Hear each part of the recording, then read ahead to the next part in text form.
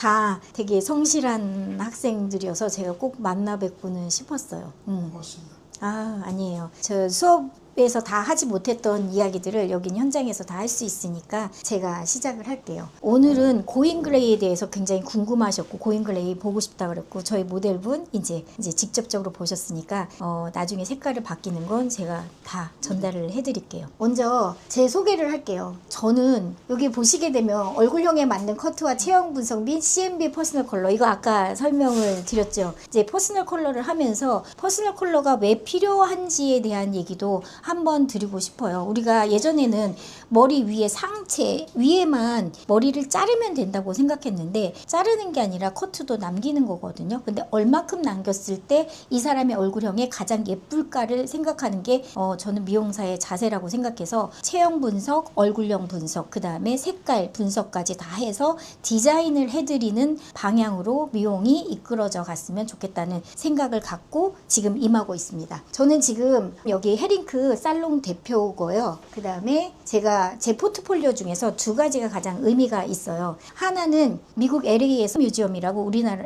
미국 내에서도 최고의 뮤지엄에서 패션쇼, 헤어 패션쇼를 했어요. 그래서 선사시대부터 조선시대까지의 머리의 전통적인 방향을 다 하면서 진짜 뮤지엄에서 지금 요즘에 프랑스에서 뮤지엄에서 그 패션쇼 하잖아요. 제가 그렇게 패션쇼를 하고 거기서 받은 서티피케이션이에요. 그래서 저는 이게 가장 기억에 제 인생의 기억에 남는 작품으로 하나로 포트폴리오를 뽑았고 또 다른 하나는 아모레 퍼시픽에서 그 염색 개발을 했는데 염색 개발에 제가 참여자로 들어갔어요. 그래서 색깔 배합 조합을 하면서 염색약을 만들어 보면서 염색에 대한 흥미가 더 짙어진 거예요. 그래서 제가 만든 컬러가 피치볼 핑크랑 라임 매트예요. 이래서 붉은 계열 하나, 매트 계열 하나를 해서 개발에 참여를 한 다음에 잡지를 이렇게 찍었어요. 예, 뭐 다른 여러 가지 있는 그 33년 동안 했으니까 얼마나 많이 했겠어요. 근데 그 와중에 제가 기억에 남는 큰 획을 그었다고 생각하는 것들은 이런 그래서 이런 경험을 바탕으로 여러분한테 트렌드를 전도할 수 있는 고잉 그레이라는 것을 설명을 드리려고 해요. 그래서 우리는 이 질문 자체가 첫 번째 질문이에요. 왜 우리는 흰머리를 숨길까? 고객은 흰머리를 감추러 오지만 사실은 자신감을 찾으러 온다는 이 뒷 문구가 훨씬 더 중요한 거예요. 흰머리를 감추러 온다고 생각하는 이유 자체가 우리는 흰머리에 대해서 한국 사회가 굉장히 각박하다고 생각을 해야 되나요? 저보다 2살 많은 형님이 미국 그 샌프란시스코에 사세요. 근데 저보다 2살 많은데 흰머리가 정말 많으세요. 그래서 오늘 새벽에 도착해서 그분이 왔으면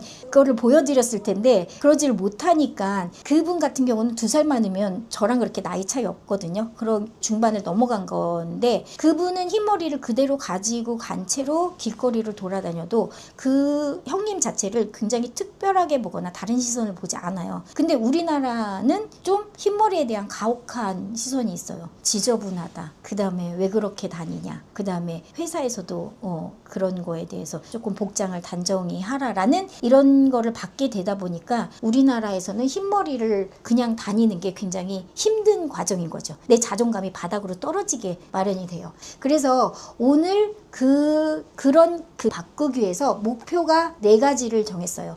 하나는 고잉 그레이라는 개념, 심리적, 사회적 이해에 대한 거를 첫 번째 주제를 삼고 두 번째는 고객들이 과도기에 직면하게 돼 있어요. 고잉 그레이기를 하겠다고 결심을 하지만 이 과도기를 못 견뎌서 다시 빠꾸가 되는 경우가 있어요. 그래서 저는 고객님이 제가 그랬잖아요. 디자인을 전공하고 미술을 하셨기 때문에 저 고잉 그레이를 받아들이고 일찌감치 저거를 시작을 했단 말이에요. 근데 그게 안 되게 되면은 진짜 사회적 질타를 받는다는 느낌이 들까? 내가 뭘 잘못한 건가? 난 게으른 사람인가? 이런 식으로 해서 인식의 부족으로 인해서 고잉 그레이를 하다가 멈추게 된다. 이 사람의 실패의 원인을 분석을 해보고 내가 어떻게 대응을 할지에 대한 방안을 얘기하고요. 세 번째는 6주차에 우리가 했는데 작년에 영상을 만든 관계로 제가 그 영상이 쭉 갈 거라는 생각을 못하고 25년 트렌드 발표를 했어요. 그래서 오늘 공개 수업을 한 목적도 25년도에 트렌드 발표를 한 게 너무나 아쉬워서 26년에 트렌드 발표를 하면서 고잉 그레이랑 딱 맞아지는 거예요. 그래서 팬톤 컬러, 트렌드 컬러를 얘기하면서 이 트렌드 컬러를 갖고 어떻게 우리가 헤어에 접목을 시킬 수 있을까라는 과제를 갖고 목표를 삼으시면 되고, 네 번째는 실전 살롱 테크닉으로 고객들한테 고인그레이를 잘 할 수 있어요. 그거를 같이 공유해 볼 거예요. 그러면 한국은 왜 새치염색의 강국인가? 이 단어 너무 웃기잖아요. 우리나라가 새치염색의 강국이에요. 이유 자체가 뭐냐면 우리 새치염색하는 평균 연령치가 다 낮아졌어요. 저희 고객님도 예전에는 새치염색이라고 하면은 40, 50대만 생각을 했거든요. 근데 지금은 30대, 20대까지가 있어요. 그래서 새치염색 연령 자체가 급강으로 하향을 했기 때문에 우리는 새치염색하는 사람이 일단 인구가 많아진 거, 첫 번째. 두 번째는 이렇게 되다 보니까 젊은 사람들은 의식이, 제가 문제라고 했잖아요. 흰머리가 있으면 게으른 사람으로 돼 있고 지저분한 사람으로 돼 있어요. 그러다 보니 한 달에 한 번은 무조건 덮어야 돼요. 흰머리가 두세 가닥만 나와도 전체 염색을 해야 돼요. 그렇다 보니 한 달에 한 번 염색해야 되는 강박이 있게 된 거예요. 그리고 세 번째는 심리적으로 사람들이 흰머리가 있으면 제 나이보다 되게 늙어 보이네 라는 생각을 자기가 위축이 돼요. 그래서 그거를 감추기 위해서 사회적인, 이게 날카로운 시선의 사회적 압박 때문에 새치 염색을 하다 보니까 우리나라는 새치 염색이 강국이 된 원인이에요. 그러면 우리가 이런 것만 바라보다가 고잉그레인 단어라는 거를 많이 보셨을 거예요. 근데 참 제목을 잘 지은 것 같아요. 고잉그레이라는 말을. 저도 이 말을 쓰는 사람이 처음에 누가 얘기를 했는지 모르겠지만 이 말을 듣자마자 느낌이 바로 와닿은 거예요. 고잉그레이다. 이 고잉그레이를 어떻게 흰머리를 수용할 수 있는 현상에 대해서 제가 이렇게 흑백으로 나눠봤어요. 이런 그림을 했을 때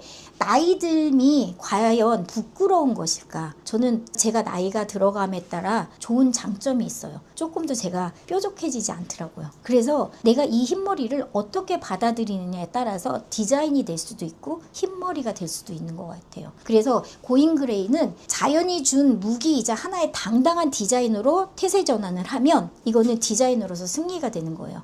우리 봐봐요. 청소년들이나 아니면 젊은 사람들이 그렇게 탈색 두세 번 해서 뺄 만한 색들이 나이가 들면 그게 받아들여지는 명품이 되는 색이 되잖아요. 그래서 이거는 내가 생각을 바꾸면 디자인이 될 수 있다라는 생각으로 이렇게 한번 보게 됐어요. 자, 이제 실제 고잉그레이를 하면서 실패 사례에 대한 얘기를 해볼게요. 이거는 상담의 기술 테크닉이 될 거예요. 여러분들이 현장에서 가져갔을 때 누군가가 고잉그레이를 얘기할 때 이렇게 설명해 주시면 너무너무 좋아요. 그 고잉그레이를 할 때 제가 말한 실패의 사례 중에 제 고객님의 얘기예요. 이렇게 보면 제가 아까 말씀드린 주변과 부정적인 피드백이 너무 많아서 상처받아서 결국은 진짜 그냥 마트에서 염색약 사가지고 발라요. 홧김에 한 고객님의 내용이에요. 이 고객님 같은 경우는 제가 얼굴은 AI로 살짝 바꿨어요. 너무 예쁘세요. 근데 그렇게 젊으세요. 40대 초반이었던 고객님인데 원래는 여기에 패션 디자인 회사에 다녔던 분이세요. 그때는 굉장히 염색을 자주 했고 굉장히 단정한 느낌으로 다니셨는데 아이 학교로 제주도로 옮기게 이사를 가게 되면서 이제 난 염색 안 해도 되겠다라는 생각을 하신 거예요. 근데 저도 왜 찬성을 하게 됐냐면 그분은 염색할 때마다 약을 드시고 되게 괴로워하셨어요. 두피 트러블도 많았고 알러지도 있으심에도 불구하고 사회적 편견과 시선 때문에 계속 염색을 매달 해야 됐어요. 그리고 디자인 파티에 있기 때문에 계속 염색을 해야 됐던 상황에서 이제 제주도로 가게 되고 아무도 안 보고 내가 회사도 안 다니게 되니까 고잉그레이라는 걸 설명을 들었을 때 원장님 제가 한번 해볼게요 라고 시작을 하시게 된 거예요. 그렇게 해서 2년을 길렀는데 이 2년 동안 아이에서 학부모 회의를 갔는데 딸아이가 엄마 염색 좀 하고 학교 오면 안 돼? 라는 말을 하게 된 거죠. 이게 우리가 하다가 멈추게 되는 가장 따가운 시선이 진짜 가까운 지인들에 의해서 공격을 받게 돼요. 그러다 보니 엄마는 또 친정엄마는 나는 네가 그렇게 제주도 가가지고 늙어버리는 게 너무 싫다. 왜 그렇게 사니? 그렇게 힘드니? 라는 말을 계속 하니까 심리적으로 자기가 위축되고 자존감이 바닥이 된 거예요. 그래서 제주도 살면서 원장님 제가 여기 머리 자르러 2달에 한 번 오는데 저는 시골 촌눈이 된 것 같아요. 이런 말씀을 하시는 거예요. 무슨 소리냐고 머리 길러서 예쁘고 이거를 조금만 참게 되면 되면 디자인을 하게 되면 굉장히 아름다운 머리가 될 수 있다. 그리고 알러지가 있으니까 그거를 방지할 수도 있는 계기가 됐는데 한 번 더 열심히 해보시라고 그러는데 어느 날 오셔가지고 까만색을 덮고 난 뒤 원장님 저 너무 시커먼데 염색을 바꿔주세요 라고 얘기가 온 거예요. 작업하는 동안 너무 힘들었어요. 검은색 얼룩을 빼기가. 그리고 모발도 되게 물러지고 안 좋아지고. 이분의 실패 사례가 이런 것들이에요. 진짜 이렇게 딱 보면 딸아이의 얘기고요. 그 다음에 이제 회사에서 이런 얘기를, 그분은 회사에서 이런 얘기를 안 들으셨겠지만 회사에서 이런 동료들의 시선, 그 다음에 친척들, 아이고 왜 이렇게 초라해 보이냐, 너 무슨 일이 있냐 라고 얘기를 하게 되는 거죠. 그러다 보니 이 실패 원인이 왜 이렇게 났는지 과학적인 근거를 대다 보면 흰머리가 자라는 속도와 그 전에 내가 기존에 갈색, 어두운 색으로 염색했던 것들이 믹싱이 안 되는 시기가 있어요.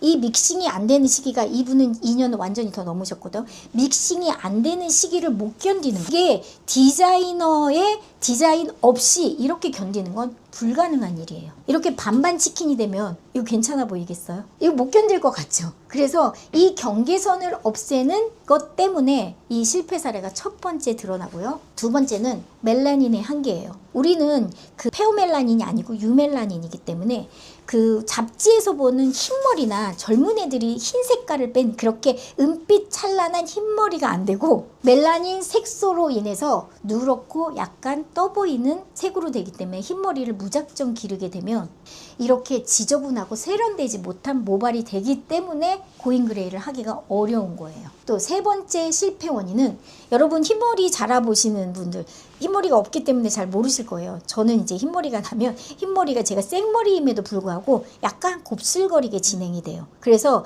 그 이유는 흰머리 자체에 멜라닌 색소가 빠져버리게 되면은 얘는 텅 비어있는 머리예요. 그리고 원래 있었던 수분감 있는 머리가 가라앉고 얘가 위로 삐쭉삐쭉, 흰머리들은 다 삐쭉삐쭉 서요. 그리고 곱슬거리게 되다니까 그 질감의 차이에 따라서 지저분하게 보이게 되는 거예요. 아무리 빗질을 해도 그냥 지저분한 사람이 되어버리는 원인 중에 하나로 고잉글레이 실패 원인, 그래서 사자머리 현상이 일어나게 돼요. 특히나 곱슬인 경우는 더더욱 심하게 되죠.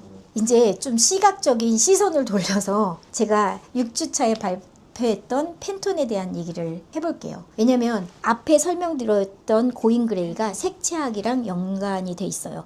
그러면 색채 경제학에 대해서 얘기를 해야 되는데, 팬톤이 매년 12월 달에 새로운 트렌드 컬러를 발표해요. 근데 이 트렌드 컬러를 발표하는 게 아니라 이 사람들한테 널리 소비 촉진을 의식적으로 구식화하게 만드는 거예요. 왜냐면 내가 지금 빨간색이 너무 유행해. 근데 난 빨간색을 안 갖고 있어. 그럼 이게 낡은 것이 되어 보이는 거죠. 그렇게 되면 나만의 시대에 뒤떨어지나? 이런 생각을 하게 되면서 소비가 되겠죠. 그 다음에 이제 컬러노믹스라 그래서 전 세계의 패션이나 이런 것들을 다 팬톤 컬러를 내면서 세계적으로 뭐랄까 인테리어도 바꾸고 모두 바꾸게 하는 경제 부흥을 일으키려고 팬톤은 매월 12월에 새로운 트렌드 컬러를 발표하는 거예요. 그냥 정말 상술적인 거지만 우리는 거기에 또 부흥하고 거기에 상당하게 값을 치르고 있는 거죠. 작년에 얘기를 하자면 작년에 우리 애를 사로잡았던 색은 진짜 밀크 초콜릿 브라운, 굉장히 달콤하고 부드럽고 아늑한 느낌의 색을 주는 모카 브라운이 대세를 잡았어요. 이 모카 브라운은 왜 생겨나게 됐냐면 코로나 이후 경제적 불안과 우울감을 그거를 취한할 수 있게 조금 심리적인 안정감을 주기 위해서 부드러운 컬러가 안에 들어와서 이게 도파민 드레싱이라고 얘기하는 것 자체가 도파민을 나오게 하는 그 색깔을 주는 게 우리가 밀크 브라운 색이었었어요. 그래서 모카무스가 진짜 저도 작년에 다 모카무스 염색을 다 해드렸단 말이에요. 그러면 올해 컬러는 과연 무엇일까? 여기서 저는 클라우드 댄서라는 이 말 자체가 너무 예쁜 거예요. 그래서 안개와 구름 사이에 막 햇빛이 쫙 비치는 그 맑고 깨끗한 하지만 부드러운 흰색이에요. 그 팬톤에서 색으로 인정하지 않았던 흰색이 진짜 결례 없이 흰색으로 색을 정하게 된 게 이 원인 자체는 뭐가 되냐면 지금 너무 IT나 뭐 이런 거 우리 유튜브 이런 거들로 해서 사람의 뇌가 너무나 피곤해 있어요. 그래서 이 깨끗한 색으로 한번 정서적으로 치유하자는 느낌에서 선정이 된 것 같아요. 근데 항상 그때 작년에도 모카무스가 유행이 했지만 서브 컬러들이 같이 함께 붙어요. 서브 컬러 그때 설명한 거 다 들으셨죠? 지금도 클라우드 댄서 밑에 서브 컬러가 이렇게 있어요. 이것들이랑 조합이 되면서 우리가 컬러 시장을 주름잡고 있는 거예요. 그러면 도파민 드레싱 대 도파민 디톡스, 이게 무슨 말이냐면 작년에 유행했던 모카 브라운 모카무스랑 유행했던 형광적이고 화려한 원색들이 형광에 되게 눈에 익었을 때, 이때는 강제적으로 행복 호르몬을 주입하던 자극의 시대였었어요. 근데 이 자극이 우리가 유튜브나 모든 인터넷 세상으로 오면서 뇌에도 자극이 너무 심하게 된 거예요. 그래서 색깔을 발표할 때 이 뇌의 자극을 조금 더 안정적인 이 소음을 다 없애고 싶은 거예요. 그래서 그거에 반대 극부로 도파민 디톡스라는 개념으로 클라우드 댄서가 발생이 된 거예요. 그리고 이 클라우드 댄서의 가장 정확한 색을 말해주는 소비 코드가 뭐냐면요, 콰이어트 럭셔리예요. 예전에는 명품 로고, 우리 여기 명품 거리 있거든요. 나가면요 다 로고 박힌 옷들 입었어요. 근데 그거는 진짜 예전 저렇게 입으면 너무 촌스러운데, 우리 막 로고 짱짱하게 박힌 옷 입으면 너 중국 사람 같지 않니? 이런 얘기를 하는 거잖아요. 그 타이틀 말이 뭐냐면 폄하하는 게 아니라 촌스럽다는 얘기예요. 그래서 요즘에 굉장히 럭셔리한 거는 은은하고 품격 있는 무채색 컬러에 아까 말한 컬러 스펙트럼을 조금 가미를 하게 되면 세련된 느낌으로 다가오는 거죠. 그래서 그 특징의 차이가 소비 패턴으로 나타나는 게 콰이어트 럭셔리라는 거예요. 그러면 이제 여러분들한테 질문을 드릴게요. 우리 흰머리가 부끄러운 것일까요? 미용실에 오셔서 그냥 메뉴 하나 하는 흰머리 새치 염색에 대한 메뉴일까요? 이제는 그렇게 생각하시면 안 된다는 거예요. 왜냐면 이 흰머리는 고잉 그레이에 대한 쭉 얘기, 그 다음에 클라우드 댄서 접목되는 생각이 안 드세요? 도화지가 하얘졌어요. 정말 중장년층이 선택받은 사람이 된다는 거예요. 이 선택받은 사람들을 우리가 어떻게 디자인하느냐에 따라서 고급지고 그냥 일반, 그냥 실무 회사는 단순 노동자가 될지가 결정이 되는 거예요. 그래서 우리는 학습을 하게 되는 거고요. 그리고 생각의 대전환을 할수록 우리는 클라우드 댄서의 오리지널의 깨끗한 베이스에 우리가 얹고 싶은 색을 얹을 수 있게끔 만들어지게 된 게 2026년의 한 해라고 보시면 돼요. 근데 이게 기술자와 디자이너 차이, 제가 이거를 말씀드린 게 그냥 새치 염색 요즘에 정말 올리브영이나 뭐나 다 염색약 회사들이 너무 잘 만들어요. 저는 단순 염색은 그냥 집에서 셀프 염색 하셔도 돼요. 그리고 우리가 와서 그 단순 염색을 해주는 사람이라고 생각하면 저희는 단순한 기술자밖에 안 돼요. 테크니션이란 말이 그냥 늘상 일상적인 생활을 하는 그런 상황밖에 안 돼요. 테크니션 단어도 저는 붙이지 말아야 될 것 같아요. 그래서 제가 아까 말씀드렸듯이 저희는 디자인을 해야 돼요. 디자인이라는 개념 자체는 뭐냐면 트렌드를 읽고 색을 접목시켜서 고객이 원하는 니즈를 끌어내주고 고객이 갖고 있는 심리적인 느낌까지 다 우리가 캐치를 해서 그분에게 맞는 색상을 전해드릴, 결과적으로 만족을 했을 때 헤어 디자이너라는 말을 드리고 싶어요.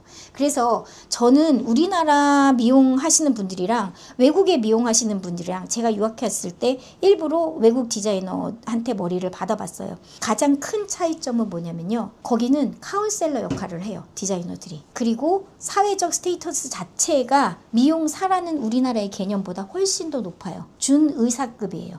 근데 우리가 그렇게 의식적으로 올라가려면 우리도 의식화돼서 트렌드와 디자인을 읽고 디자인을 전달을 해야지 그렇게 올라가게 되는 문화 패턴이 바뀌게 되는 거예요. 저는 제가 강의를 할 때 가장 강조하는 게 인문학 교양을 먼저 말씀드리고 싶다고 얘기한 게, 우리 자체가 기술자가 아니고 단순 노동자가 아니고 헤어 디자이너라는 거를 자긍심을 갖고 고객을 대하게 되면 심리적으로도 고객들도 저희한테 카운셀러 받으러 와요. 저희 오시는 고객분들이 저한테 단순히 머리를 잘 잘라서 온다고 생각하지 않아요. 머리를 잘 자르는 건 그 사람이 원래 기본적으로 갖춰야 되는 기본 기고요. 그 다음에 서로 상담이랑 말이 소통이 되면서 나의 이야기를 주고받을 수 있는 끈끈한 연관관계가 생기게 하는 게 미용실이기 때문에 저희 미용실에 찾아오는 거고, 저 3대가 미용실 다녀요. 그렇게 되려면 저는 보통 30년 되는 그 고객들이 저한테 있고, 저한테 결혼해서 아기 낳고 아기가 다시, 그래서 아이 머리는 저한테 결혼을 하시고 아이를 출산한 그 아이만 제가 머리를 자르고 나머지는 다 실장님이나 우리 다른 디자이너한테 넘기게 돼요. 이게 뭐라 그럴까요? 교감이 된다고 얘기를 할까요? 그런 수준에 이르렀을 때 저는 디자이너가 된다고 얘기하고, 미용 산업이 산업으로 붙으려면 그런 단계를 꼭 걸쳐야 돼요. 그래서 저희가 의사처럼 디렉션을 주고 디렉션을 받아보고 거기에 대한 거, 우리 다 가면 처방전 받잖아요. 처방전이 제가 드리는 헤어 도에도 있잖아요. 그 처방전이 서로 전달될 수 있고 그거에 맞는 기호를 읽을 수 있는 사람들을 양성해야지만 미용 산업이 발전된다고 생각을 하고, 저는 여기에 굉장히 많이 제 생각과 의식을 불어넣으려고 해요. 그래서 제가 교육원도 생기고 교육원을 만들면서 자꾸 인문학 교육을 집어넣으려고 하는 거예요. 내가 자존감이 없으면요, 저는 그거를 고객들한테 전할 수가 없는 거예요. 의식 자체가 바뀌어야 되고, 단순한 테크닉을 배우려고 그러면요, 그냥 이제는 앞으로 AI가 나와서 기계치에 요 정도의 탈색하고 몇 그램 섞으면 그 색이 나와요 라고 얘기를 할 거예요. 그것만 타주면 일반 소비자들도 다 그걸 할 수 있어요. 거기에 없는 플러스 알파 교감, 그거를 해주셔야지 우리가 미용 산업이 발전이 될 것 같아요. 그러면 가장 중요한 게, 제가 지금부터 쭉 얘기한 게 고객 상담이 먼저다. 고객 상담에 심리 유형 4가지 이런 패러다임이 있어요. 이런 패러다임을 읽고 인지하시고 계신 다음에 상담을 하시면 돼요. 우리가 MBTI 막 이런 거 얘기하잖아요. 솔직히 저 MBTI 뭐가 잘 모르겠어요. 그냥 저 친구가 저한테 항상 얘기하는 게, 원장님은 T예요 라고 얘기를 해요. 아, T 뭔데? 내가 얘기를 해요. 그러면 대답할 때 맨날 무슨 문제를 내고 원장님의 답을 얘기하면 역시 원장님은 T야 라는 확인을 계속 하더라고요. 근데 그 T가 뭐냐고 하면, 이게 그러면 내가 그런 마음 들잖아. 난 공감을 못하나? T는 공감력이 없나? 근데 그런 게 아니라 저는 해결하려고 하는 성격이 있더라고요. 그래서 뭐 얘기하면 뭐가 일이 터졌으면 바로 빨리, 그래? 그러면 해결책을 제시하는 사람인 거예요. 뭐가 좋다 나쁘다는 아니지만, 제가 자꾸 애들의 얘기를 들으면 저는 공감 능력이 떨어지는 언어 아닌가? 이런 생각을 되게 많이 하게 돼요. 그래서 고객도 분명 저랑 같은 성향이 있을 수도 있지만 아니기 때문에 다른 언어를 소통하고 있을 수 있다는 생각이 들어요. 그래서 고객 유형들에 대한 그 단어적인 설명을 듣다 보면 이런 게 나올 거예요. 은폐형은 흰머리가 너무 창피해요. 무조건 감추고 싶어요. 라는 말을 할 수도 있고, 타협형은 아주 진짜 매달 염색하기가 너무 지치니까 자연스럽게 해달라고 하시는 분도 있고, 트렌디형은 이왕 백모가 된 거 누구보다 멋지게 세련되게 하고 싶어요. 이런 분들이 고인 그레이 하기 너무 좋아요. 그리고 실용형, 머릿결 상하는 건 싫어요. 그냥 대충 기르면서 자연스럽게 길러가게 하고 싶어요 라고 얘기하면 옴브레 디자인을 선택해 주는 게 좋아요. 그러면 이렇게 프리미엄 상담 예시를 할 때 여러분들이 가장 중요한 게 뭐냐면, 고객이 마음의 상처를 입고 왔어요. 고인 그레이를 하다가 흰머리를 하다고 지저분하게 구박받아서 결국 집에서 검은색으로, 아까 마트에서 사신 제 고객 사례예요. 해서 했는데 소비자용 염색약이 훨씬 더 독한 거 아시죠? 왜냐면 순간적으로 염색 색소가 들어가기 때문에 알카리도가 강할 수밖에 없어요. 그리고 잘 나와야 되잖아요. 그러니까 머리를 빨리 깨부시고 빨리 넣어야 돼요, 색소를. 그리고 빨리 빠지죠. 그러다 보니 머리가 계속 하면서, 예전에는 저 아주 심하게 집에서 염색하시는 분들 와서 염색 안 해줬어요. 왜냐면 고객이 머리카락이 손상이 됐는데 내가 입힌 손상으로 오해를 시킬까봐. 근데 지금은 어떤 방향으로 상담을 하냐면, 앞부분의 염색은 너무 염색약이 잘 나왔으니까 앞에 부위는 부분은 2주마다 하시게 되면 하셔도 돼요. 근데 하시는 요령을 제가 유튜브에 차라리 찍어드렸어요. 고객이 하실 수 있게끔. 그리고 앞에선 하우시되 전체적인 디자인은 저랑 같이 해요. 이게 미용실이 바뀌어야 되는 원인 중에 하나예요. 덮으려고만 하면 안 되고 고객의 니즈를 도와주고 우리는 디자인을 받아들이면 돼요. 이때 만약에 제가 고객한테 핀잔을 줬어. 아니 이렇게 검은색으로 덮고 와서 제가 이거 어떻게 할 거야 라고 핀잔을 줬으면 아마 고객은 염색 안 했을 거예요. 근데 이 사람의 고충을 위로하고 공감을 하고, 저는 티지만 이런 거는 공감해요. 그리고 고객한테는 참 공감을 잘하는 것 같아요. 일하는 직원들이랑 공감은 잘 안 되는 것 같은데 고객이랑은 공감을 잘하려고 굉장히 노력을 하고, 그 노력에 또 이제 서로 맞아서 그런지, 그리고 고객도 디자이너 성격 따라와요. 그래서 고객들이 말씀을 하시면 저도 이해가 잘 가고, 제 성격이랑 비슷하게 그냥 딱 결론 말씀드리고, 저는 안 어울리면 머리 잘 안 잘라주거든요. 저 이렇게 잡지 보고 와서 저 이 머리 잘라주세요 그러면 안 잘라줘요. 안 어울리는데. 그러면 살을 빼고 오라든가 아니면 어떤 조치를 취하고 이 머리가 어울릴 때 이 머리를 해준다고 얘기를 해요. 그래서 한번 그저께죠. 알죠? 우리 실장님. 그 남자 고객님이 저한테 뭐라고, 제가 돈 내는데 제 맘대로 잘라주세요라고 얘기를 하셨어요. 그래서 제가 잘라주되 앞으로 가야 될 방향을 얘기를 했는데, 제가 그렇게 잘라줬는데 그 어머니한테, 우리 3대 다닌다 그랬잖아요. 어머니가 미용실에 오셔서 왜 머리 그렇게 잘랐냐고 저한테 핀박을 주는 거예요. 그래서 내가 저 진짜 안 잘라주고 원장님이 진짜 잘랐어라고 다시 묻더래요. 그 이유가 안 어울리는 거 뻔하고 식구들이 다 완전히 옆에서 너 이렇게 얼굴이 돼지 같은데 이렇게 짧게 잘랐냐고, 얼굴밖에 안 보인다고, 볼이 터질 것 같다는 말씀을 하셨다고 얘기를 해요. 근데 그럼에도 불구하고 원장님 저는 제 뜻대로 하고 싶어요. 짧은 게 편해요. 그래서 실리주의형으로 타협을 본 거죠. 저도. 그래서 짧게 잘라주게 된 경우예요. 그렇기 때문에 우리는 고객하고 소통할 때 그 고객이 그렇게 실망스럽게 왔을 때 공감을 해주고 동조를 해주고 같이 위로를 해주면서 심리적인 위안을 같이 해주신 다음에 디자인을 들어가면 완벽한 상담이 됩니다. 이때는 디자인을 받아들이기가 훨씬 더 쉬워요. 그래서 이 한마디, 이 질문에 따라 내가 디자이너냐 아니냐에 따라서 달라질 수 있어요. 이거는 디자인을 단순히 감추는 거냐 아니면 디자인을 하겠냐, 이거는 한번 문구를 같이 읽어보고 넘어갔으면 좋겠어요. 한번 같이 읽어볼까요? 고객님, 오늘 저에게 이 귀한 흰머리를 단순히 감추고 가리기 위해 오셨습니까? 아니면 세상에서 가장 멋진 트렌드로 재탄생시키기 위해 오셨습니까? 우리는 이거를 하기 위해서 오늘 수업에 임하는 거예요. 자, 고잉그레이의 과학적 완충 시술이라고 제가 말씀을 드렸는데, 예전에는 그냥 아까 첫 번째 보여드린 반반 치킨 아시죠? 반반 치킨처럼 놔두면 방치예요. 이 반반 치킨을 색감을 넣어서 어떻게 사이사이에 융합이 될 수 있게 아니면 교차가 될 수 있게 만드는 게 디자인, 고잉그레이의 관건이고, 이런 기술적인 테크닉을 알아보려고 그러면 우리는 수업 시간에 배운 하이라이트 위빙이 있어요.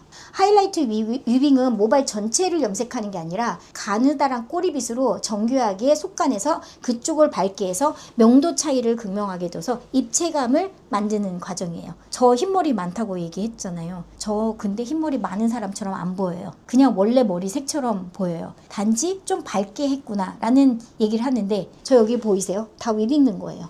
호일 12장으로, 저는 일자 단발머리이기 때문에 호일 12장으로 이만큼의 색깔을 낼 수 있어요. 왜냐면 우리가 나이가 들어감에 따라 얼굴이 좀 칙칙해져요. 그래서 스킨톤이 바뀌는데 머리색이 너무 어두워지면 기미가 더 확 올라오고 얼굴이 더 칙칙해 보여요. 그런 거를 방지하기 위해서 하이라이트 위빙이 굉장히 좋은 디자인의 한 테크닉 중에 하나예요. 그러면 하이라이트 위빙은 이렇게 넣었던 거를 제가 이렇게 바뀐 거예요. 이렇게 넣어서 밝게. 그리고 새치 커버는 어둡다라고 아직도 인식이 그렇게 돼요. 아, 나 새치 커버 해야 돼. 그러면 새치 커버는 다 명도가 5레벨 이하로만 돼 있다고 생각하고, 제가 미용실에 놀러 가잖아요. 넘버대가 5.1, 5번대밖에 없어요. 새치 커버만 한다는 거예요.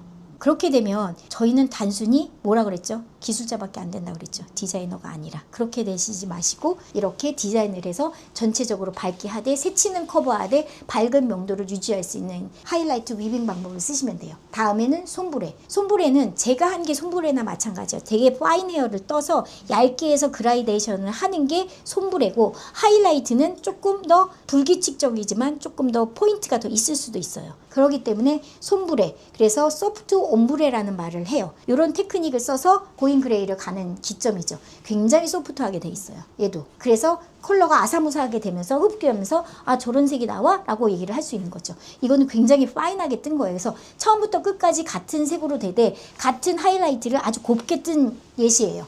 그 다음에 옴브레. 옴브레는 그 수업 시간에 설명을 드렸듯이 명암 단차가 조금 더 드러나요. 그래서 점점 가는 거라서 그라데이션이랑 이름을 붙였어요. 그라데이션이 색깔이 반반까지 아니지만 그라데이션 말 그대로 점점 밝아진다는 느낌으로 디자인을 하는 거죠. 이렇게. 근데 이게 가장 고잉그레이로 가기 쉬워요. 그래서 저는 머리를 이 고잉그레이로 지금은 머리 층에 이렇게 층이 있지만 층이 있으면 더 조밀하게 들어가야 되고요.